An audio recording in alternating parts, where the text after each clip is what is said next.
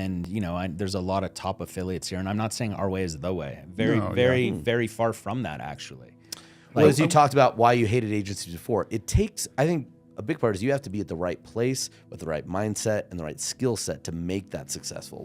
We've all seen the agencies that don't work out, and that they're maybe great affiliates and media buyers that think, I'm going to start an agency. And, there's a lot more that goes into it. Well, I think a lot of them, they go into the agency model because it's an easy way to make money. I'm just going to get a percentage of what you spend. And they're in a churn and burn model. And then if you think about how do I make more money? A client acquisition business, not a... That's exactly, that's exactly right. But to create enterprise value from an agency, you need to be in a client retention business. Yep.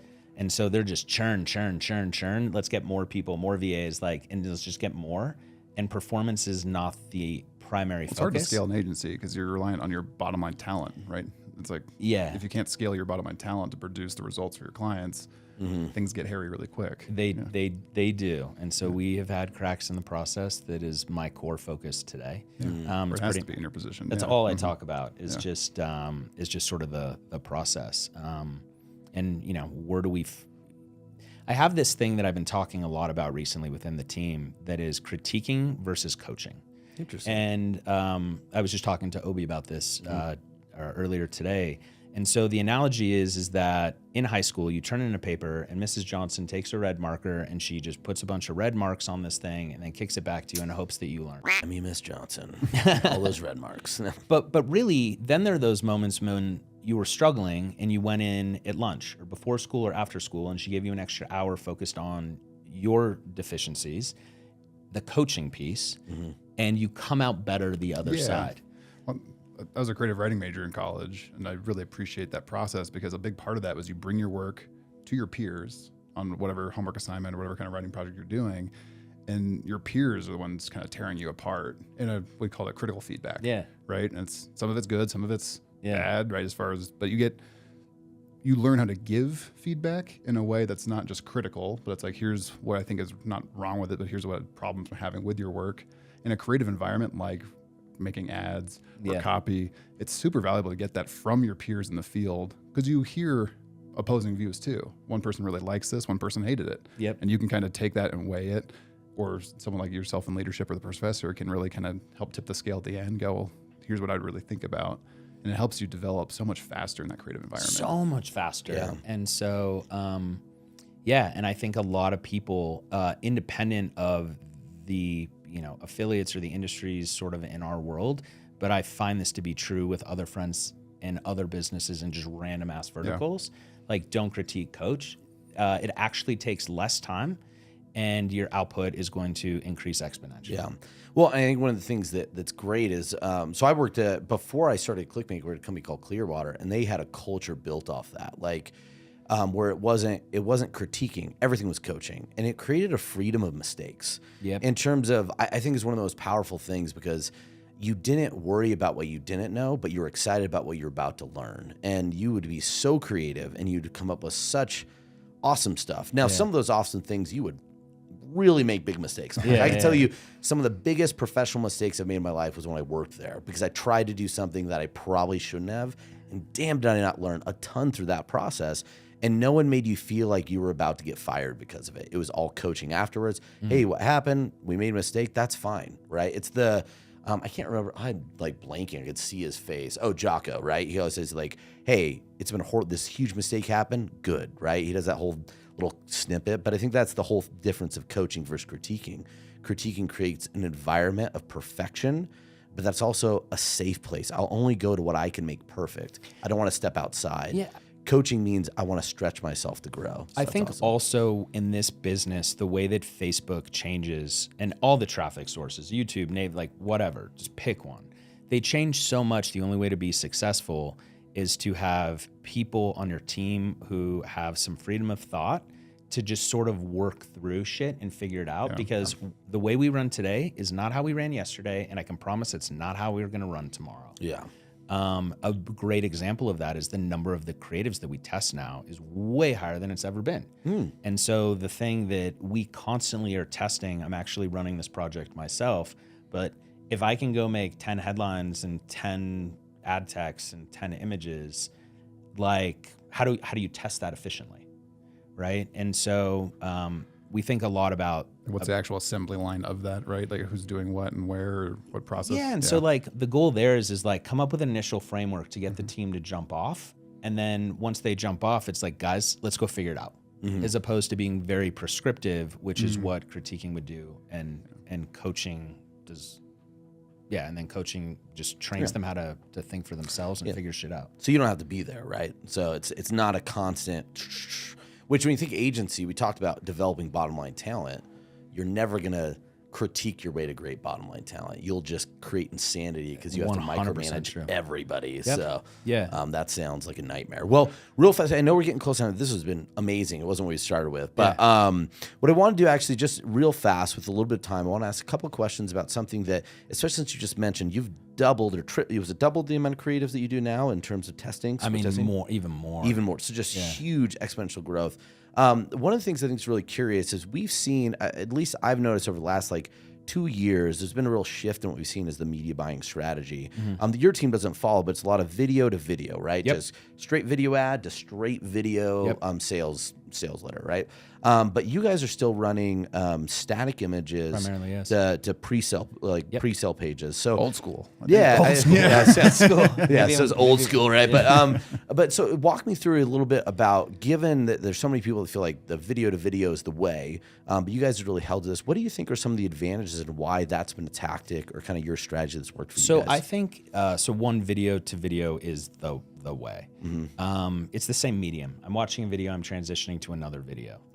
But for us, there were a couple things. One, you have to stick to your knitting. And so what are we really good at? And a lot of that is just copy. And this was the flow that we did. We know it well. So let's focus on that. But there's another piece that I think is more important, is static is cheaper. And particularly when you're running VSLs, you have to, you're trying to hit the pain point, build intent, and then let the VSL do the heavy lifting. If we're running gadgets, I'm running a lot of VSLs or video ads. Video ads, right? gotcha, So I'm running a lot of those. And so then when you think about testing all of these videos, you are introducing so many more variables into your testing strategy. It's insane. So I'll give you just some basic tips in terms of how we do it. And everything for us now, because the Pixel post iOS 14, worst day of my life, it changed the strategy. And so now for us, most things that we run, we have your ad text and your headline, and then we'll run to a very simple control on the creative. So let's say faces. Faces will never be your winner, but they always work because the face gets somebody to stop and read the copy. I'm looking for the winning copy. And then once we find that, then we start iterating on the creatives.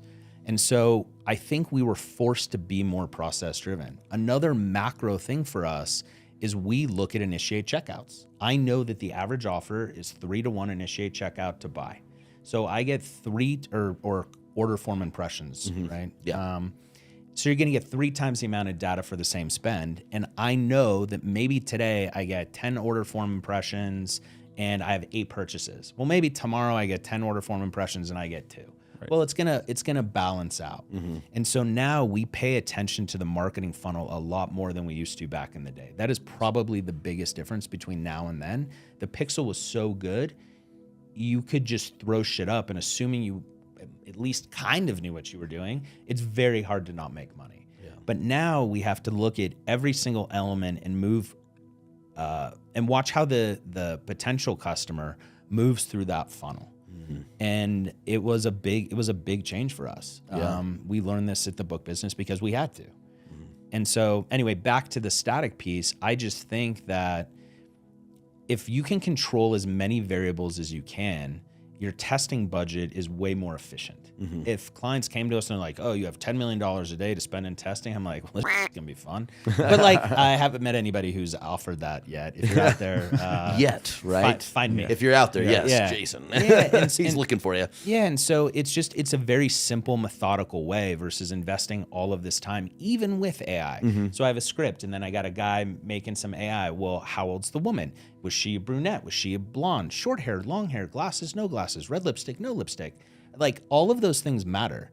And so, and then by the way, all this time and energy that you invested in this first offer, or in that first video, it may just be a bad video. Now, there's a lot of guys that crush with this stuff. I know those guys, you know those guys too, and that's awesome. So Yeah, it's there's not a wrong way. There's It's just your way. Yeah. Exactly. Yeah. And but it's just the most efficient way for us to test. Well, I like that. I think maybe it's my accounting brain sometimes, but I love the idea of the control over the variables. So just testing so much more precise, not only efficient, but I just feel like when you could see all those controls laid out in front of you, it's like, I feel like beautiful minded. You could just see the images of where the weaknesses are, where the focus should be. And then you could start evaluating as you go to that coaching piece. Why is this failing? Let me go to this part of the funnel, evaluate it for this situation. And now we could get to, instead of being like, that video didn't work. Okay, let's try a completely new one, right? Instead of really understanding those pieces, you go, let's just change this one piece right here, and you get to winning a lot faster. And the traffic's much cheaper. Yeah. So nobody can debate that. And so we're just more efficient in ad spend. That makes sense. Yeah. We'll love that. Well, we're getting close to time, and this has been fantastic, Jason. So what a great conversation. Great information. What I want to give you, I want to give 2 more questions or 2 more opportunities here, and then we'll be done. And they're going to be quick ones, right? So the first one is just, I know obviously right now your agency is doing, it's just on fire. I think you even are at a full client load or at least close to that. But for those people that are listening to this and like, man, I got to work with this guy.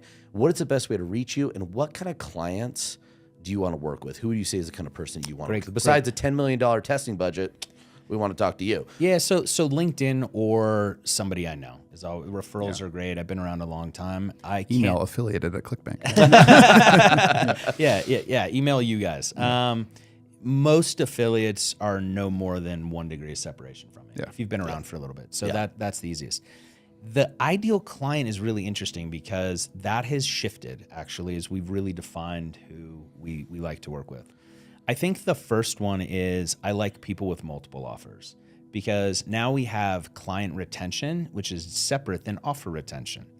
What that also means is if they give us an offer for, an apple, right? Like we sell apples and I'm like, hey, like we're having a really hard time. Like this isn't working. Like they're going to go, cool. Well, here's our banana offer. Right. And so you still maintain that relationship with them as they kind of move through those offers. What we found is that a lot of people who have a single offer, if that offer doesn't work, they can't pay their mortgage.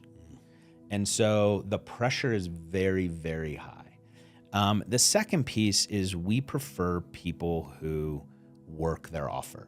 If you think for 1 second that offer that you just finished and you just sent to us is the best version of that offer that exists, you are an insane person. Now, that's fine. It might do good enough and it might do good enough to support your life and so on and so forth. But if we're going to invest all this time and energy into testing and optimizing on our end and you don't, that's not a partnership. Yeah. And then I think this is a sort of subtle piece of it, but people who run, it sounds so dumb and so obvious, but like guys who run their business like a business.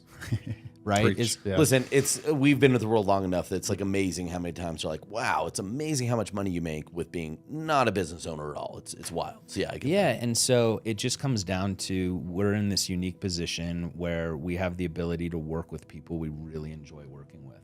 And that doesn't mean that we crack their offer. That doesn't mean that their offer doesn't scale.